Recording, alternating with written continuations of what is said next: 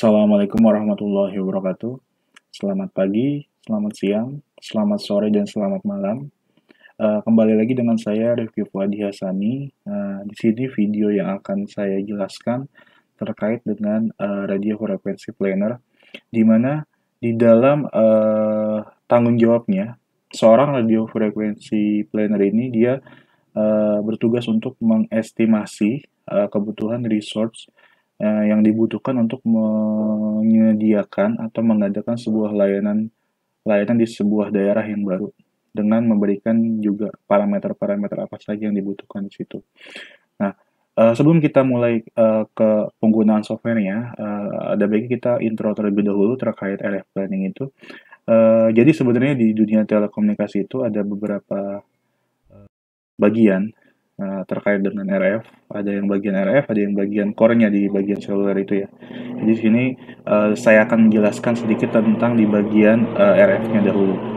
Jadi untuk bagian RF ada beberapa research people yang terlibat langsung di dalamnya di dalam optimisasi sebuah project.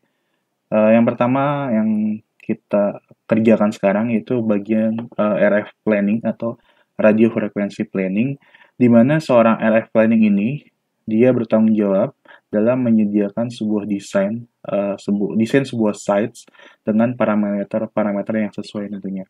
Nah, di sini untuk bagian RF planning, aplikasi atau tools yang digunakan misalnya adalah Atoll, kemudian ada NetArc Planner yang dikeluarkan oleh Nokia Siemens Network, kemudian ada Unit yang dikeluarkan oleh Huawei, kemudian ada Cell Planner dari Ericsson, kemudian ada Asset dari Aircom. Untuk mapping tools-nya itu ada Google Earth, ada Necto, ada Setsi, ada Info, dan lain sebagainya. Jadi, kita lihat di diagram ini, tugas seorang RF planning itu, dia adalah menyediakan site data dengan engineering parameter di situ. Nantinya, set data dari planning ini yang berisikan engineering parameter ini tentunya akan diberikan ke bagian OSS team. Jadi, yang bertugas merubah parameternya adalah bagian operating support system team. Tetapi desain parameternya tentunya dari seorang RF planning. Ini bagian RF planning di sini. Kemudian ada lagi bagian apa namanya? Tadi ada operating support system, kemudian ada bagian business support system atau BSS. Di mana ya untuk lebih gampangnya itu teman-teman bisa dilihat di sini. Jika kita fokus ke OSS operating support system, dia lebih terfokus terkait dengan konfigurasi parameter yang ada di dalam ruang lingkup RF ini. Jadi dia yang merubah parameter database-nya, dia yang clearance database-nya, dia yang mengkonfigurasi kapasitas dan utilisasi database, kemudian dia yang melakukan konfigurasi terkait dengan performance dari sebuah sites tersebut. Jadi kalau kita misalkan seorang RF planner memberikan desainnya dan parameter-parameternya ke seseorang OSS, berarti yang merubah parameter adalah OSS. Apabila ada perubahan terkait hardware, penggantian hardware atau improvement hardware, itu bukan dari OSS, tapi dieskalasi ke bagian business support system atau BSS. Jadi kita fokuskan kalau OSS itu terkait parameter, konfigurasi parameter, alarm, dan lain sebagainya. Kalau BSS itu terkait dengan pergantian atau perubahan hardware di situ. Nah, itu atau business support system. Kemudian ada lagi bagian drive test engineer, kan? Nah, untuk bagian drive test engineer ini, dia tugasnya adalah mengambil data user experience dengan drive test tools. Ya, maksudnya user experience ini terkait dengan misalkan untuk data coverage, yaitu data level signal di suatu daerah, kemudian data quality atau RSRP, kemudian data kapasitas atau throughput-nya juga diambil oleh seorang drive test engineer. Jadi sistem itu mereka menggunakan mobil tentunya kan, atau menggunakan kendaraan terkait dengan pengambilan sampel signal di daerah tersebut. Nah, di sini si drive test engineer juga mendapatkan data dari seorang RF planning, mendapatkan data dari seorang RF planning dan parameter database digunakan di sini untuk membuat sebuah drive test cell file. Jadi misalkan ingin melakukan drive test di wilayah A, nah itu kita harus mempunyai database cell file di wilayah tersebut. Jadi kita bisa tahu kita terkoneksinya itu ke sel yang berapa dengan PCI berapa dengan network apa saja di situ. Nah, untuk tools yang digunakan oleh seorang drive test itu contohnya adalah Times Investigation, kemudian ada Nemo, kemudian ada Probe di sini untuk melakukan drive test. Nah, nantinya log file hasil dari drive test ini akan diberikan ke seorang RF optimization. Nah, tugas RF optimization ini sebenarnya tugas yang paling berat, maksudnya paling mempunyai tanggung jawab yang besar. Karena ya tugasnya namanya optimization itu dia harus jaringan ke arah yang lebih baik di situ. Kemudian di sini ada drive test engineer, contohnya dia melakukan pengambilan data log file dengan menaiki bis, kemudian di kapal dan sebagainya. Kemudian ada juga yang walk test gitu ya. Kemudian ada lagi bagian yang dinamakan sebagai rigger team. Nah, di bagian rigger team ini eh, tugasnya adalah dia misalkan dari seorang RF optimization itu dia memberikan rekomendasi untuk merubah physical area, misalkan physical item misalkan adalah antena Higgs atau ketinggian antena, kemudian antena down tilt, kemudian ada azimuth antena, kemudian panoramic picture yang itu diambil oleh seorang rigger team. Jadi bukan seorang RF langsung ke lokasi untuk merubah, tapi ada bagian sendirinya yang bertugas di bagian perubahan secara fisikal, yaitu bagian rigger team ini. Nah, ini tools yang digunakan untuk oleh seorang rigger team itu adalah kompas, GPS, kamera, meteran, dan tiltmeter. Nah, di situ. Nah, data selain digunakan oleh RF optimization, juga oleh planning team untuk mengupdate set data di situ. Kemudian ini yang paling terakhir adalah RF optimization. Jadi seorang radio frequency optimization itu dia harus memiliki kemampuan teoretikal yang bagus terkait dengan RF ini. Jadi untuk datanya itu, untuk menganalisa datanya itu seorang RF optimization mendapatkan dari drive test engineer, yaitu berupa log file dari drive test, kemudian ada performance statistik dari tim OSS. Jadi untuk menganalisanya performanya seperti apa sih di situ. Kemudian setelah dianalisa oleh RF Optimization, maka si bagian tim RF Optimization itu akan memberikan atau mengeluarkan rekomendasi ke ke bagian stakeholder, misalkan meningkatkan coverage atau meningkatkan layanan di sebuah daerah, misalkan harus mengubah parameter A misalkan. Berarti itu yang memberikan rekomendasi tersebut adalah bagian RF Optimization. Kemudian di sini bisa kita lihat ada parameter change request, jadi merubah parameter. Kemudian ada merubah neckburst change request. Ada PCI atau physical ID change request, ada alarm clearance-nya. Jadi nanti output dari seorang dari optimization ini adalah sebuah rekomendasi berupa change request ini. Kemudian juga ada proposal dan reporting. Nah, kita lihat di sini parameter change request ini akan dieksekusi oleh tim OSS. Jadi kalau ada perubahan parameter, yang eksekusi adalah tim OSS tadi. Kemudian ada perubahan fisikal, kayak tadi ada azimuth, antena, tilt antena, itu bagian tim rigger yang mengeksekusi. Kemudian apabila ada perubahan hardware, itu akan dieskalasi dan dieksekusi oleh tim BSS atau business support system di situ. Oke, selanjutnya kita fokus ke bagian planning, bagian radio frekuensi planningnya, prosesnya apa saja. Nah, bisa kita lihat di sini. Untuk yang pertama yang harus diperhatikan adalah initial planning. Nah, di dalam initial planning atau planning awal ini, kita harus memperhatikan terkait beberapa aspek. Yang pertama adalah tipe areanya.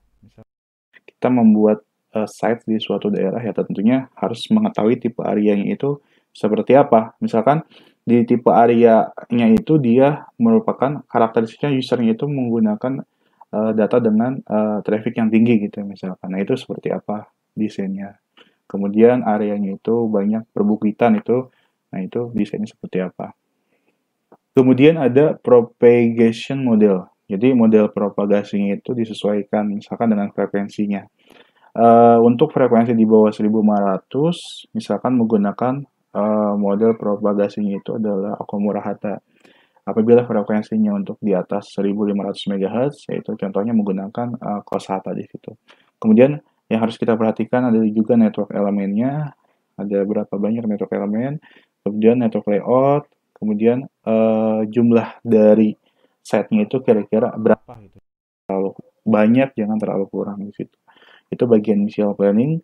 Kemudian ada bagian detail planning. Nah, di detail planning itu ya terkait dengan beberapa aspek utama yang harus diperhatikan di sini dalam desain sebuah RF sites. Yang pertama adalah coverage planning.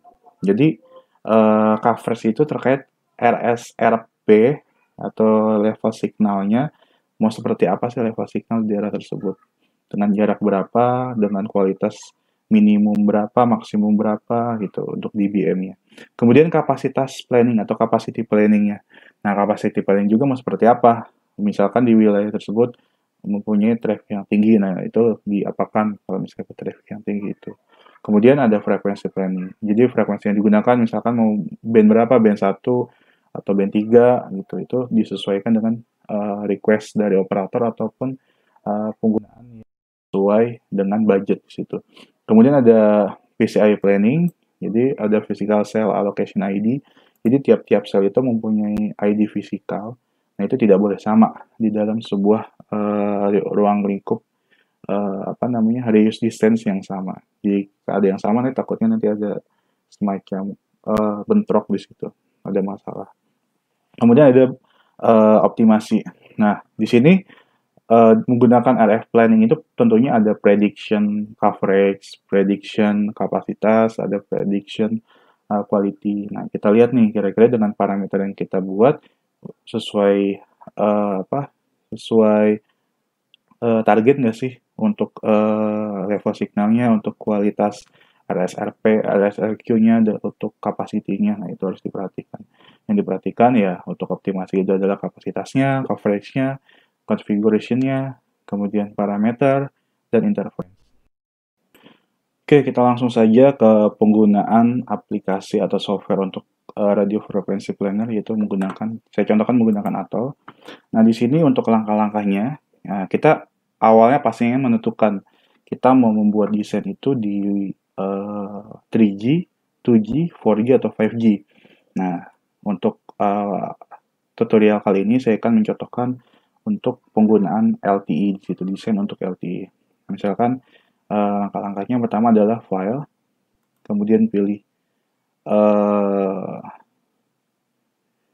new, kemudian pilih from a document template. Nah, di sini ada banyak pilihan, ada untuk GSM, ada untuk LTE, ada untuk Wi-Fi, WiMAX, dan lain sebagainya. Nah, di sini saya ingin membuat sebuah desain radio frekuensi sites dengan LTE misalkan. Kita okekan. Nah, di sini ada beberapa parameter atau beberapa bagian yang harus diperhatikan. Ada geo, terkait geografiknya, ada parameter apa saja di sini, kemudian ada sites, kemudian ada network, kemudian ada task, dan ada event. Nah, misalkan di sini saya ingin membuat sebuah desain sites di wilayah Jawa, misalkan di wilayah Depok. Nah, di sini untuk membuatnya, langkah-langkahnya yang pertama adalah kita buka dokumen, ya kan? Kemudian kita buka properties. Nah, di sini kita harus mengkonfigurasi projection-nya dulu. Proyeksinya misalkan untuk wilayah Jawa, kita menggunakan proyeksi di sini adalah yang WGS 84 OTM zone. Nah, di sini kita pilih 49S di sini. Nah, 49S, kita oke kan. Kemudian untuk displaynya kita pilih yang WGS 84 ini. Kemudian degree formatnya kita pilih yang paling bawah, kita oke kan. Nah, ini untuk proyeksinya sesuai konfigurasi yang kita buat. Nah, langkah selanjutnya adalah mengimport data clutter. Caranya, pilih file, kemudian pilih import. Kemudian di sini pilih data clutter yang kita punya. Di sini misalkan saya mempunyai data clutter Hague dan vektor untuk wilayah Jawa. Nah, itu untuk langkah-langkahnya pilih data clutter tadi, kemudian pilih clutter, pilih index.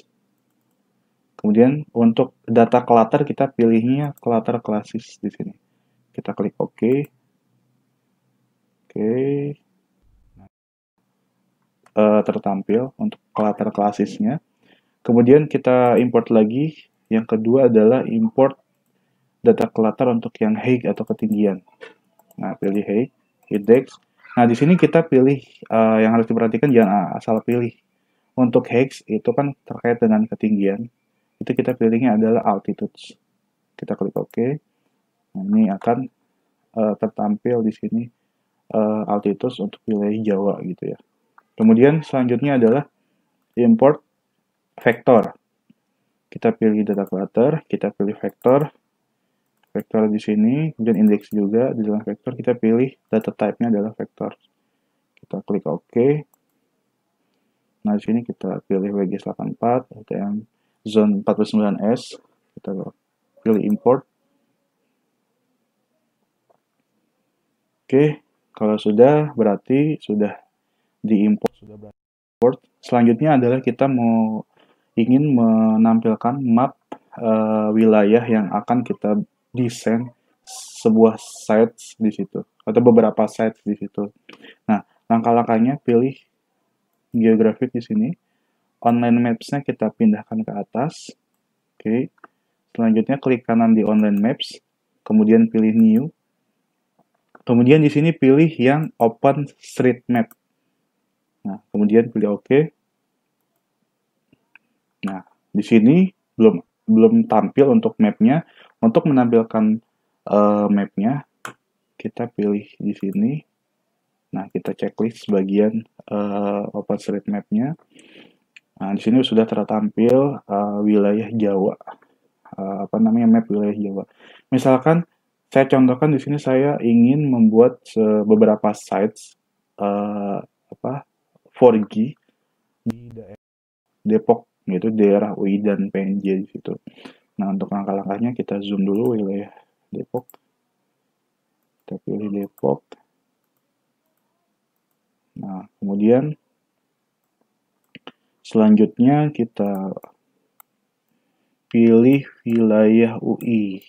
Nah, kita zoom lagi di sini. Depok, ini cagar alam. Misalkan saya mau membuat sebuah sites di wilayah Universitas Indonesia dan Politeknik Negeri Jakarta di situ. Nah, ini ada UI. Misalkan, nah di sini sudah terlihat ada UI. Nah, di wilayah UI dan PNJ kira-kira perlu berapa site sih? Perlu berapa sektor sih di dalam satu site gitu untuk mengcover semua wilayah UI terkait penggunaan LTE. Di sini ada dua cara. Yang pertama menggunakan hexagon desain, yang kedua secara manual. Nah, untuk secara hexagon, nah ini sangat mudah. Kita tinggal, nah misalkan kita mau mengcover wilayah Universitas Indonesia, dia perlu berapa sites atau berapa inode B di sini. Tinggal kita pilih yang hexagon, pilih seperti ini, PNJ, kemudian sampai di sini.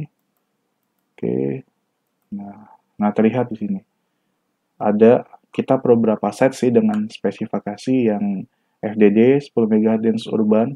Nah, ini bisa kita lihat di sini dia ada 1 2 3 4 5 6 7 8 9. Berarti kita butuh 9 sites di wilayah UI dan sebagian dari PNJ gitu ya.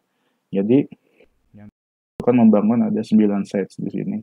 Dengan setiap sites itu memiliki 3 sel atau 3 sektor.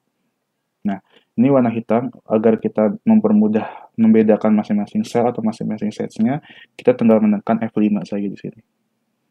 F5 maka akan tertampil warna yang berbeda di masing-masing sel. Nah, ini tadi menggunakan hexagon. Nah, sekarang kita misalkan kita mau membuat manual gitu di wilayah Depok UI.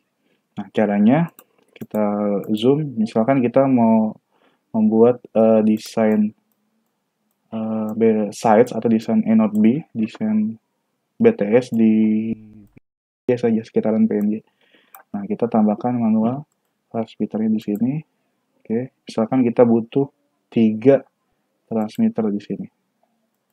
Wilayah kukusan, satu lagi di sini. Nah, ini secara manual. Nah, untuk membedakan warnanya, tadi Fn, F5. Nah, ini akan membedakan warna masing-masing sites. Nah, kemudian, misalkan di sini saya mau membuat ketiga sites ini di frekuensi dengan band 3. Spesifikasi band 3 yaitu di frekuensi 1800 MHz.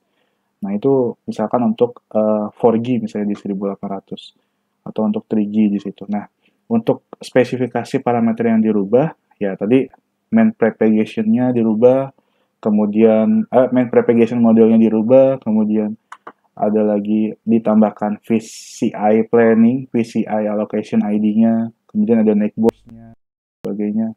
Kemudian ada juga terkait jenis antena yang digunakan, dan lain sebagainya. Nah, tadi kan kita sudah membuat 3 sites. Nah, kita di sini ingin menampilkan table terkait site yang kita buat. Caranya kita tinggal pilih network, kemudian pilih sites, klik kanan, kemudian open table. Nah, di sini terlihat di sini informasi parameter longitude dan latitude-nya, kemudian ketinggian antenanya berapa. Oke, selanjutnya ada juga informasi terkait supportnya sampai ketinggian berapa gitu kan. Kemudian maksimum throughput download dan uploadnya gitu. Downlink dan uplinknya. Nah, ini kita bisa rubah juga nih. Misalkan mempermudah penamaannya, kita tulis PNG 0, PNG 1, dan PNG 2, dan PNG 3 gitu. PNG 1, PNG 2 gitu ya. Nah, ini kan berarti site ini berarti ada di wilayah PNG gitu, dengan ketinggian antena sekian gitu. Itu untuk A0 B-nya, untuk sites-nya. Kemudian kita mau konfigurasi terkait transmitternya, ingin mengkonfigurasi ke transmitternya. Nah, di sini yang tertampil dia bukan per sites, tapi per cell atau per sektor. Jadi di dalam sites PNG 0 ada 3 sektor atau 3 sel, itu PNG 01, 02, 03 dan lain sebagainya. Nah, di sini kita bisa mengatur parameternya. Misalkan antenanya, tadi kan kita ingin di frekuensi 1800, yaitu band 3. Nah, kita ganti saja antenanya yang 1800. Misalkan saya menggunakan yang 65 degree, 17 dBA, 6 tit, 1800. Untuk mengcopy ke bagian lainnya, klik Ctrl+C. Di sini kita ketik Ctrl+D. Nah, maka otomatis dia akan merubah semuanya. Jadi tidak usah repot satu-satu mengubahnya gitu. Kemudian ada azimutnya berapa, elevasinya berapa. Nanti pada saat optimasi, jika di prediction-nya level signalnya kurang, kita bisa edit di sini azimut dan elevasinya. Berapa derajat nih sudutnya gitu. Kemudian ada lagi di sini. Nah, main propagation modelnya. Tadi kan kalau di bawah 1500 dia pakai model propagasi Okumura-Hata, tapi kalau di atas 1500 model propagasinya adalah Kosata. Nah, di sini kita pilih Kosata, kemudian kita copy, Ctrl+C, kita pilih di sini, Ctrl+D, nah akan otomatis terubah di situ. Oke. Setelah transmitternya dirubah sesuai speknya, nah, kemudian kita lihat nih parameter yang ada di sel. Nah, berarti klik kanan transmitter, kemudian pilih sel, open table. Nah, di sini terlihat di sini. Nah, tadi kita menggunakan band frekuensi yang band 3. Nah, ini kita harus rubah. Kalau tidak rubah berarti tidak sesuai spesifikasi. Nah, kita rubah ke band 3 di sini. Berarti 3 sampai 10 MHz. Kita copy, kita masukkan ke semua sets yang kita buat tadi. Oke. Selanjutnya yang kita rubah, yang kita perlu tambahkan atau kita perlu rubah adalah PCI-nya. PCI atau Physical Cell ID-nya itu harus dimasukkan juga. Nah, itu agar masing-masing sel itu dia punya ID, PCI ID. Kalau tidak punya PCI ID, ya nantinya akan terjadi bukan di situ terjadi collision, karena di si handset atau si user equipment bingung dia terkoneksinya ke sel yang mana. Nah, itu pasti kan memerlukan ID di situ. Oke, selanjutnya untuk langkah yang lain adalah kita menambahkan neck burst di situ. Ini sebenarnya bisa secara otomatis. Untuk cara menambahkan neck burst-nya itu, ya kita tinggal klik kanan transmitter, kemudian pilih neck burst, kemudian pilih interact teknologi, kemudian pilih automatic allocation. Nah, dia akan secara otomatis membuat neck burst. Neck burst itu maksudnya si masing-masing sel itu dia perlu tetangga untuk komunikasi. Nah, kenapa perlu tetangga ya seperti kita membuat sebuah desain jaringan di sini. Jadi kalau misalnya tidak bisa bertetangga antara masing-masing site, berpindah tempat ya tidak akan terjadi handover di situ gitu. Nah, ini untuk caranya. Nah, kita tinggal calculate ya kan. Sini. Nah, ini kita save dulu. Di sini misalkan saya save di sini adalah PNG sites gitu ya. Kemudian saya save. Nah, sudah. Kemudian kita commit di sini. Fungsinya commit adalah untuk memasukkan parameter yang kita dapat secara otomatis tadi akan masuk ke sites yang kita buat. Oke. Selesai. Nah, di sini apabila kita ingin mengetahui neck burst masing-masing selnya, kita tinggal pilih edit relation, kita pilih ini. Nah, akan terlihat neck burst-nya kemana saja gitu. Ini juga terlihat neck burst-nya kemana saja. Ini nah, akan terlihat semua di sini. Oke. Setelah neck burst neck burst parameter tadi yang kita otomatis itu, sekarang kita memasukkan parameter PCI atau Physical Cell ID-nya dengan cara klik kanan pada transmitter, pilih AFP, pilih Automatic Allocation. Nah, di sini yang harus kita konfigurasikan yang pertama adalah frekuensinya. Nah, ini ada distance. Jadi untuk PCI itu totalnya itu ada 504 PCI. Jadi apabila ada PCI yang sama atau PCI yang bermasalah, nah itu kita bisa atur nih. Dia menggunakan lagi PCI yang sama itu di jarak berapa. Otomatis misalkan di sini di setiap 1000 meter. Oke. Kemudian kita pilih yang start di sini ya. Pilih start. Oke. Commit untuk memasukkannya. Kemudian pilih lagi yang Physical Cell ID. Sama, kita pilih start. Kemudian kita pilih commit untuk memasukkan PCI ID di sini. Oke. Oke, selanjutnya PCI-nya sudah kita commit, kemudian kita close. Nah, untuk menampilkan di map-nya, caranya mudah. Kita tinggal Nah, untuk menampilkan, kita tinggal pilih network, kemudian kita pilih transmitter, pilih properties, kemudian di sini kita pilih labelnya itu kita tambahkan yang PCI. Nanti kita pilih PCI, kita pilih cell, kemudian pilih yang PCI. Physical Cell ID, kemudian kita pilih ke kanan, oke, kemudian pilih apply, kemudian oke.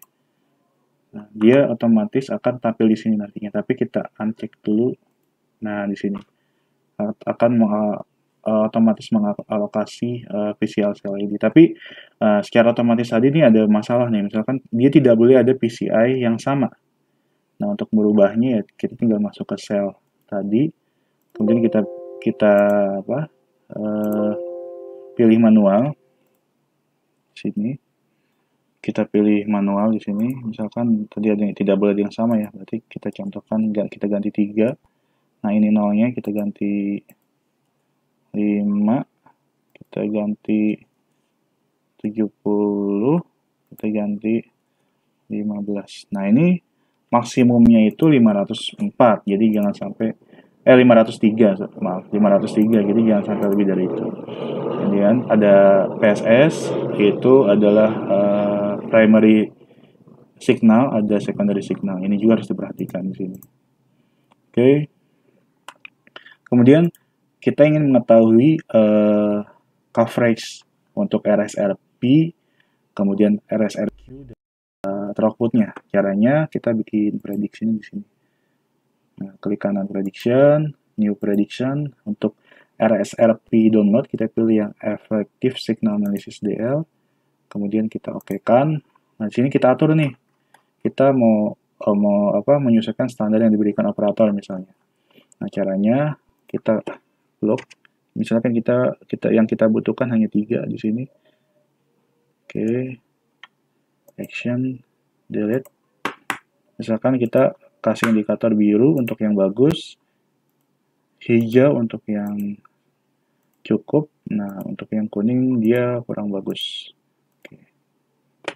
Nah, ini kita misalkan kita untuk yang biru itu kita range-nya itu minus 970 dBm. Kemudian untuk yang hijau kita buat misalkan di sini minus 110 di sini. Kemudian untuk yang kurang bagusnya kita di sini misalkan masukkan minimum 130 sampai 111 bit. Nah, di sini kita bisa lihat coverage-nya. Untuk yang bagusnya itu warna biru tadi, levelnya di atas minus 90 sampai minus 70 warna biru, kemudian warna hijau, dan warna kuning. Nah, di sini kita ingin melihat nih, dia cakupan warna hijaunya itu sampai seberapa jauh gitu ya. Caranya, nah ini kita point analisis saja di sini. Misalkan saya di sini, posisi saya sedang ada di sini ya. Oke. Nah, di level hijau misalkan di sini. Kira-kira sampai di level hijau itu berapa meter cakupan terjauhnya. Saya pilih di sini yang paling terjauh. Kemudian saya cek. Nah, kita bisa lihat di sini. Nah, ini jarak dia bagusnya itu cukup hijau, warna hijau itu sampai 1059 meter atau 1 km dengan kualitas dBm level signal minus 90. Jadi di 1 km itu dia termasuk golongan yang cukup untuk signal. Oke. Tadi yang RSRP untuk LTE, sekarang untuk yang RSRQ untuk yang kualitasnya di sini. Kita pilih yang coverage by SINR di sini, CIN level download, kemudian kita pilih OK. Nah, di sini kita atur juga seperti tadi. Misalkan kita bikin 3, hijau, kuning, dan biru. Kita hapus. Di sini warnanya juga kita ganti biru, hijau, dan warna kuning di sini. Oke. Kemudian kita pilih. Kita cek misalkan range-nya dari berapa sampai berapa. Misalkan di sini saya buat untuk yang biru itu 16 sampai 30, 16 sampai 30. Kemudian yang hijau itu saya buat di sini 0 sampai 15 dBm.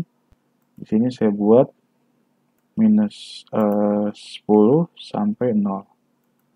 Nah, ini settingannya. Kita okekan, kita apply, kita calculate. Nah, dia akan tertampil coverage untuk RSRQ-nya di situ. Kita filter untuk area SINR-nya atau RSRQ-nya. Kita zoom out.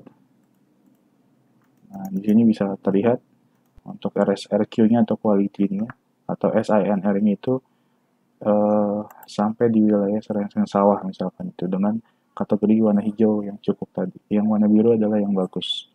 Ini untuk coverage-nya untuk RSRQ. Nih. Oke. Oke, selain itu ini bisa juga kita import ke Google Earth. Caranya tinggal pilih icon ini, kemudian kita pilih export. Ini mau diekspor dua-duanya atau salah satu. Misalnya saya mau mengekspor hanya yang RSRP-nya, level signalnya. Saya ekspor. Kemudian di sini akan tertampil di Google Earth-nya untuk wilayah yang tadi kita desain. Oke, kita tunggu di sini. Nah, akan tertampil di sini untuk coverage SINR-nya. Wilayah PNG. Nah, di sini misalkan saya mau elevasi signalnya dari sini misalkan dari level hijau sini sampai di PNG 0 misalkan dari sel yang merah. Nah, kira-kira kan jaraknya 1,18 km. Saya ingin melihat elevasinya seperti apa di sini. Klik kanan, soil elevation profile, nah akan terlihat elevasinya di sini. Ketinggian-ketinggian dari tanahnya berapa. Oke, mungkin itu saja yang bisa saya sampaikan terkait penggunaan atau ini. Yang perlu diperhatikan di sini adalah tentunya parameter. Kita bagaimana prediction itu bagus, nah, otomatis parameter yang kita gunakan juga harus sesuai di situ. Oke, terima kasih banyak atas waktunya. Wassalamualaikum warahmatullahi wabarakatuh.